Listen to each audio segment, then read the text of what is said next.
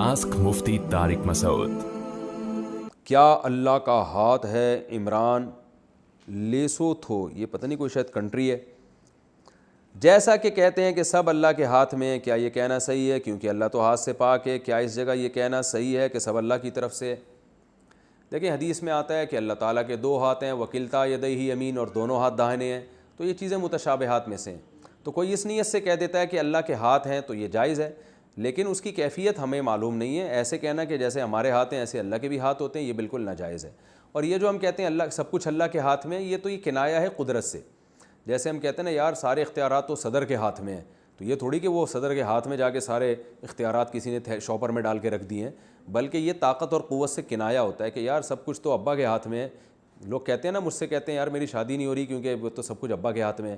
تو اب یہ تھوڑی کہ آپ کی شادی کرنا ایک شاپر میں ڈال کے آپ نے ابا کے ہاتھ میں رکھ دیا ہے، یہ کنایا ہے کہ طاقت ہمارے گھر میں ابا کی ہے، ابا کی چلتی ہے اور چلنی بھی چاہیے ابا کی۔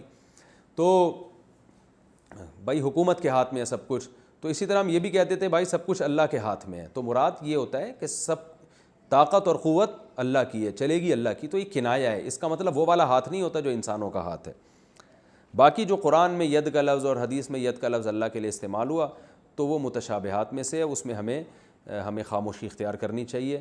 بس اللہ کا ہاتھ ہے جیسے کہ حدیث میں آیا کما ہوا لائق بشانی، جیسے کہ اللہ کی شان ہے، اور اس میں گہرائی میں جانا، اس میں غور و فکر کرنا یہ حرام ہے، کیونکہ اللہ کا کوئی جسم نہیں ہے، اللہ ان چیزوں سے پاک ہے۔ تو اللہ کے بارے میں، ذات کے بارے میں ہمیں بحث کرنے کی بالکل اجازت نہیں۔